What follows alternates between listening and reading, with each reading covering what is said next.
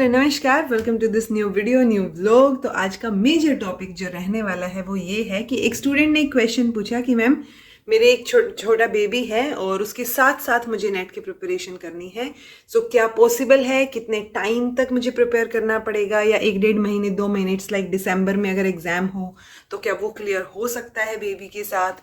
सो majorly baby के साथ आपका नेट का एग्जाम हो सकता है कि नहीं हो सकता है, या अगर हो सकता है तो कैसे आपको जो है वो गो हेड करना चाहिए, कैसे प्रिपेयर करना चाहिए, उसके बारे में बात करने वाले हैं। ठीक है, सो जो लड़के लोग हैं वो भी ये वीडियो को डेफिनेटली सुन सकते हैं, बिकॉज या तो आपकी शादी हो रखी होगी तो आप वाइफ को सपोर्ट करें, एंड नहीं हो रखी होगी तो होनी होगी कभी तो।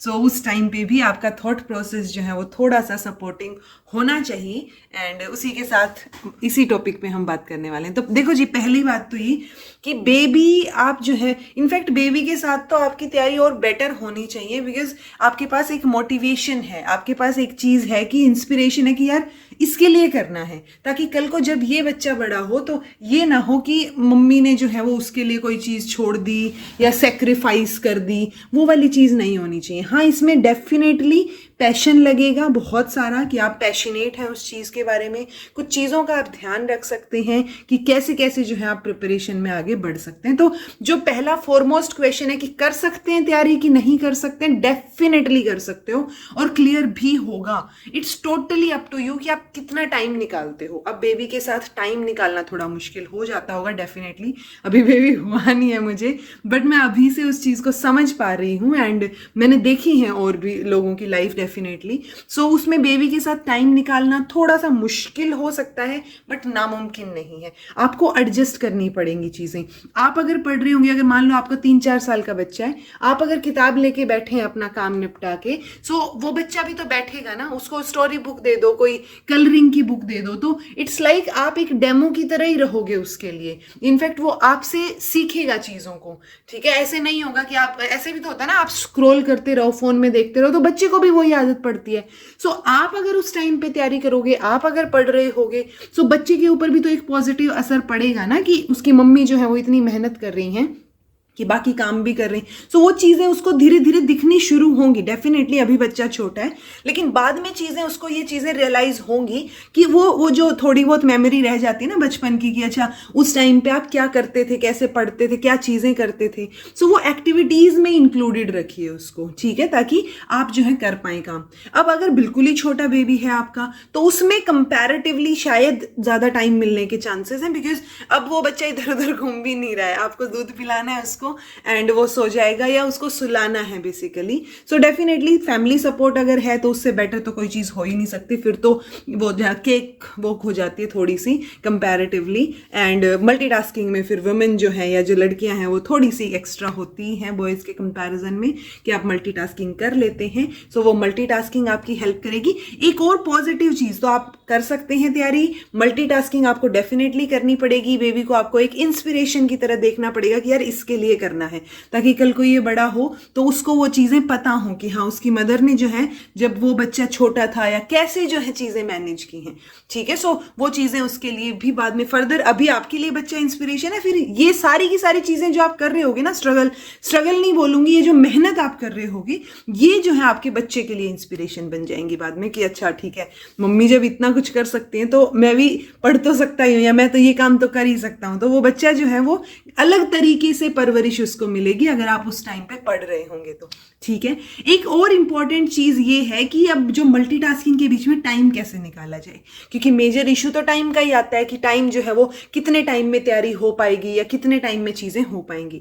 सो देखो, टाइम निकलना मुश्किल है, आई टोटली अग्री। ठीक है, क्योंकि बहुत सारे काम हो जाते हैं, और स्पेसिफिकली अगर आप होम मेकर हैं तो घर पे भी बहुत सारे काम हो जाते होंगे, बट आपको थोड़ी सी चीजें प्रायोरिटाइज करनी पड़ेंगी। ठीक है, मतलब ये पॉसिबल है कि आप जो है रोज पोछा नहीं लगाना है आपको, एक दिन छोड़ के एक दिन लगा दीजिए या 2 दिन छोड़ के लगा दीजिए।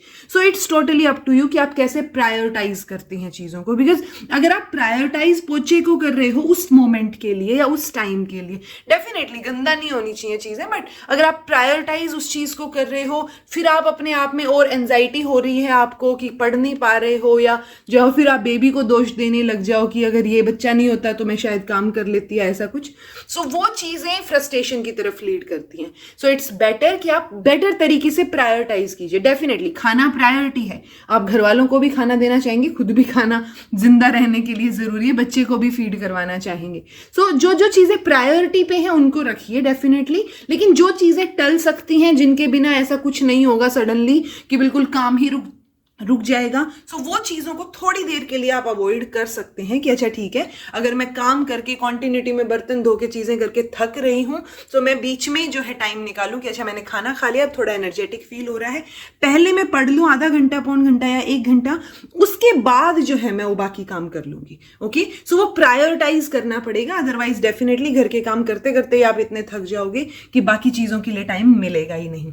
उसके अलावा एक और पॉइंट जो मेरे दिमाग में हमेशा रहता है कि आपके दिमाग में कुछ ना कुछ चलता रहता है, ठीक है, घर के काम चल रहे होंगे, बच्चा चल रहा होगा, चीजें चल रही होंगी, तो ये चीजें तो हैं ही, उसके साथ साथ वो प्रिपरेशन अपने दिमाग में चलाते रहिए, ठीक है, कि अच्छा ठीक है मैं ये काम कर रही हूँ, इसके बाद मुझे वो वाला टॉपिक पढ़ना है, ये करना है, वो सिलेबस दिमाग में रखिए, वो बहुत जरूरी है। उसके साथ साथ आपको वो बातें दिमाग में नहीं रखनी है जो आपको नेगेटिव करें या जो आपकी एनर्जी जो है वो एग्जाम की तरफ से हटा के कहीं और लेके जाएं कि अच्छा घर में फैमिली है या जो है मदर इन लॉ ने ये चीज बोल दी या जेठानी देवरानी या किसने क्या बोल दिया या हस्बैंड ने कुछ बोल दिया, वो चीजें अगर आप दिमाग में रखेंगे, वो चीजें अगर दिमाग को अफेक्ट करेंगी आपके, तो आप उसी में ही फ्रस्ट्रेटेड हो जाएंगे।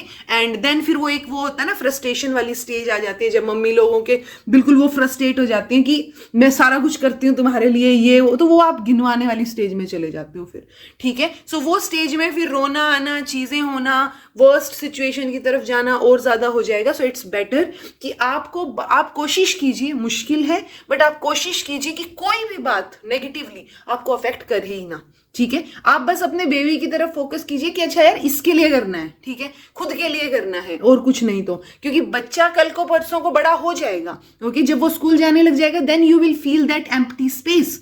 अभी के लिए तो आप बच्चे के पीछे बाकी सब चीजें छोड़ दोगे, तो छोड़ना जरूरी नहीं है, उसको एक पार्ट बनाइए लाइफ का। आपकी लाइफ है वो, आपने प्लान किया था, आपको वो मतलब इट्स लाइक गलती नहीं है कोई बेबी आपकी। तो इट्स लाइक कि आप कोशिश करें कि आप नेगेटिव चीजों को आने ही ना दें, क्योंकि अगर वो चीजें नहीं आएंगी तो वो तब जाके आपका सिलेबस चलेगा दिमाग में, तो वो सिलेबस आपके दिमाग में चलना चाहिए। ओके, ये एक पॉजिटिव चीज हो सकती है, बिकॉज ये मेरे दिमाग में कई बार चलता है।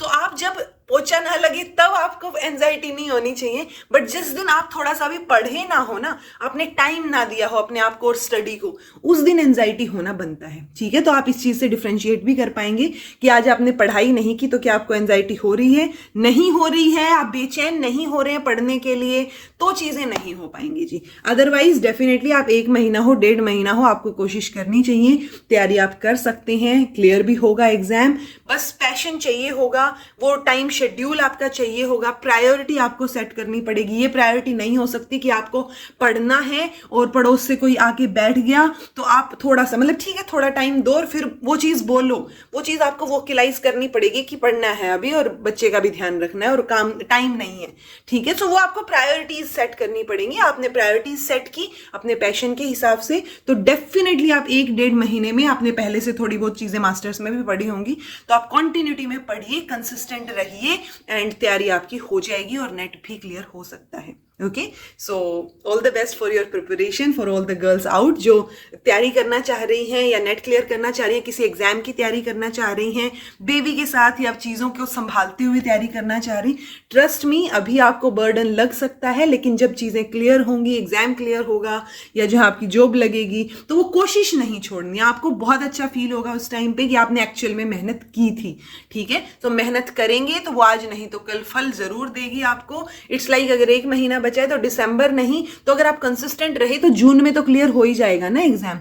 सो it's totally up to you, आराम से पढ़िए, चीज़ों को प्रायोरिटाइज कीजिए एंड बेबी के साथ खुश रहिए, ठीक है, क्योंकि आप खुश रहेंगे, पढ़ते रहेंगे तो बेबी को भी वही चीज़ें सीखने को मिलेंगी। ओके जी, so this was all about today, thank you so much for watching. और कोई समस्या आ रही हो, ठीक है, या और कोई चीज़ ऐसी फील हो रही हो कि पेपर होगा नहीं होगा क्लियर, ये प्रॉब्लम आ रही है, सो उसको डेफिनेटली कमेंट करके बताइए एंड कोशिश की जाएगी कुछ नए सजेशन या कुछ चीज़ें आपके साथ शेयर करने की कि हाँ ऐसा शायद किया जा सकता है। बाकी आप अपने सर्कमस्टांसिस के हिसाब से आप अपना शेड्यूल सेट कर सकते हैं। बाकी बस खुश रहिए, be happy, keep smiling. Thank you so much for watching.